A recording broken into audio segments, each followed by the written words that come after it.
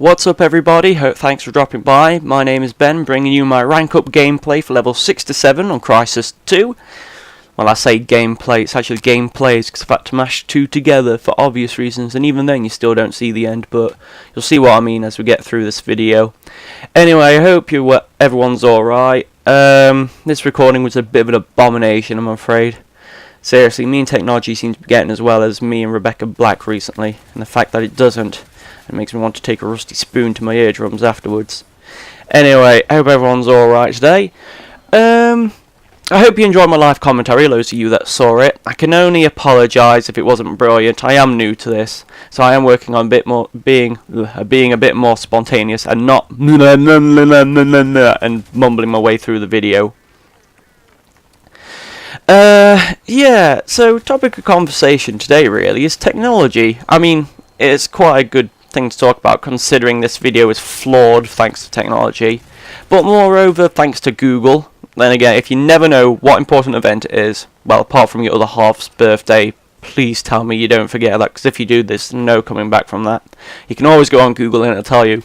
So today it's the 240th birthday of Richard Trevithick, who is a Cornish inventor who invented the first high-pressure steam train. Woo woo! Choo choo choo choo choo. And I think, if you look back on it, technology really has come along a long way, even. Get that guy there. I mean, even from the very basic days, where you had like the simple machines running on steam, coal, stuff like that. And it's transitioned a lot more today. Get off that dog tag, that's mine. I shot that guy. And it's transitioned a lot more today, so everyone basically has gadgets all in their life. And there was a program on TV recently called The Boat That Guy Built. If you've not seen it, it's on BBC One, it's on iPlayer. And basically, Guy, I can't remember his last name, he's a famous motorcyclist and a big, engineer. He's took an old-fashioned Victorian riverboat, and he went through all the rivers like Nottinghamshire and stuff like that, and stopped off and learnt about how Victorians did stuff in the past, like making parts, crafting iron, using silk, stuff like that. And it was a really interesting series. To be honest, I think I was more interested by the fact of his accent. It's like, oh, chief! Oh, boss, I can't complain. Hey, you can't complain. What are you doing in there? Checking out the fashion. Fashion, turn to the left. Fashion, turn to the right. And watching that program, it's really, really good. Don't get me wrong, definitely you should at least watch one episode of it. If you don't like it, you don't like it.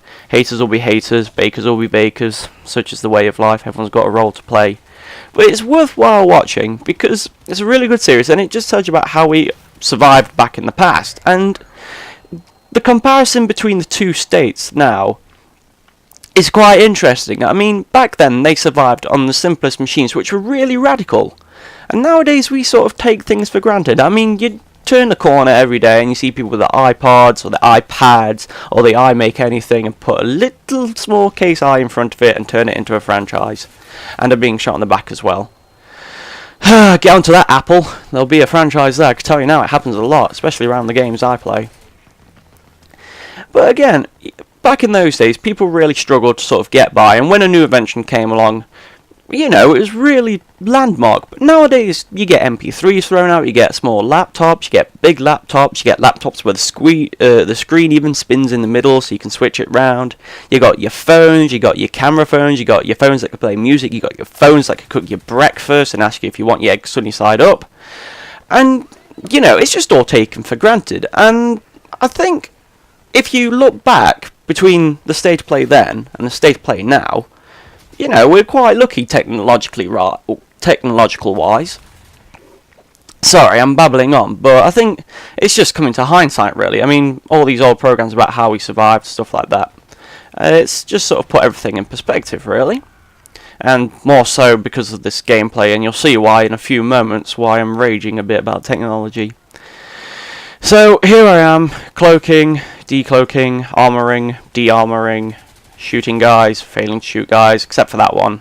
Actually, I'm being a bit hard on myself. These gameplays aren't too bad, actually. I did quite well in this one, not too bad in the other one, actually, although, again, you don't see exactly how well I do, but you'll have to take my word for it. Now, killed that guy, just reload, do crazy dance, and we get this. really, with my grading session.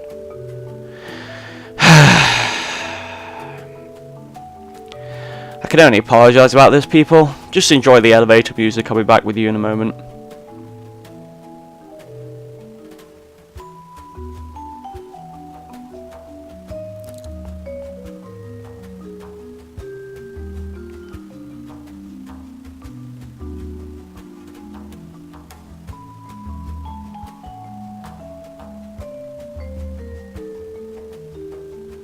Right. Well, after that failed and kicked me out, we jump into a game of Skyline, I believe it is. Again, it's the greenhouse level, tasty tomatoes, nom nom nom, drugs are a bad thing, etc, etc. And this one I don't actually fail in. I know, it's crazy. I think I'm slowly learning the ropes with Crysis 2. And speaking of technology earlier, Crysis 2 is a good example of technology because you've got to know how to use it. Because all this technology going off, if you don't think what you're doing with it, then basically you're not going to get the full benefit out of it. And I think that's the state of play now, because everyone throws out all these gadgets and they're just all frivolous. People buy stuff and people throw it away, and then people buy more stuff and stock it up. Where in Crysis 2 you get all these fancy gadgets and you've really got to learn how to use them, because there are more unlocks later in the game as you get more it's alright, I'm not eating a cracker, I'm thinking, bear with me. You get more attribute unlocks. Well, I'll use attributes anyway. But perks for Black Ops speak anyway. And those perks do lots of different things. So you can create a stealth class, like a full heavy class, and classes like that. But if you don't get the basics of how these mechanics work, you know, you're not getting the full effect of them. So, again, pretty much like modern day, if you just sort of buy an iPod, put music on it, and then not realise what exactly else you can do with it, it's like an iPhone, for example. A phone is a phone. But then iPhones come along with all these crazy apps, and you can do this with them, and you can do backflips, what you can't really for health and safety reasons. But all these little attachments that you can put on and do different things. So Crysis 2 is a good example of that as well, because at the moment I think I'm running...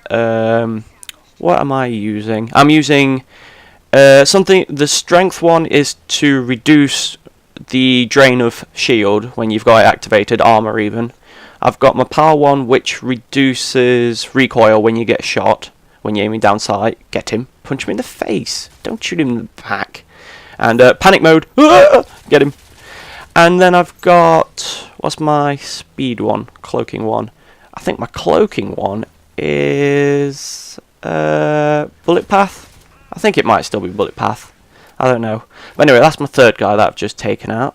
So I'll give it a few moments and then I think I'll go after him. But again, like I was saying, you've got more unlocks later on in the game. But obviously if you don't get the full effect of the basic ones that you're using, I think that was a guy. Nope, that's one of our team. Then, you know, it's really for naught. There's no point going unlocking other ones if you can't get a basic grip of like the basic ones. It sounds a bit noobish, me using the same word over and over again, but it really is that case. I mean, I've been watching some of Hutch's gameplay of Crysis 2, and I'm scouting around for other people's as well, but I thought I'd drop in Hutch because everyone knows Hutch. And you know, watching his gameplay really does help you focus your game as well and get a handle on the mechanics. So instead of just running around in one class, you should really sort of be running around in stealth. Then if you come in a confrontation where you can't take him out by stealth, you can switch to armor, and then you can switch back to stealth, as opposed to get him, shoot him in the face. As opposed to just sort of running around in one mode. I hope he wasn't coming to teabag me. Makes me angry if he does. Very angry. Nice power slide there, teammate. And I think watching those videos, it's really helped this gameplay. I mean, this one you'll find out how I do at the end of the video, but you won't find out through the video itself, but you'll see what I mean in a few moments' time. So you've just got to really focus on what you're doing, how you run the game. I think this one actually, you don't see it, but I do get one of them orbital stripes, you know, the firing the laser, blah things. And also I do get a gunship as well. Take him out, shoot him. Thank you, teammate, for being a shield. That's 2 more dog tags. So I think I end up pretty well in this game, and it's really sort of spurred my gameplay on. I mean, I've just recorded a few more this morning. Well, not this morning of doing this game, but like this morning of recording.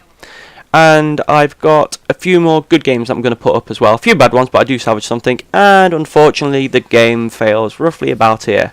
Thank you very much, Dazzle.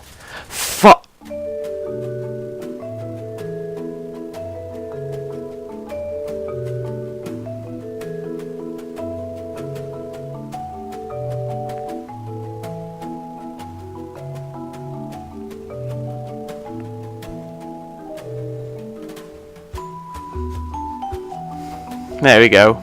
Enjoy the lol frog. I shall see you all next time. Failing to record, that's Vintage Baron.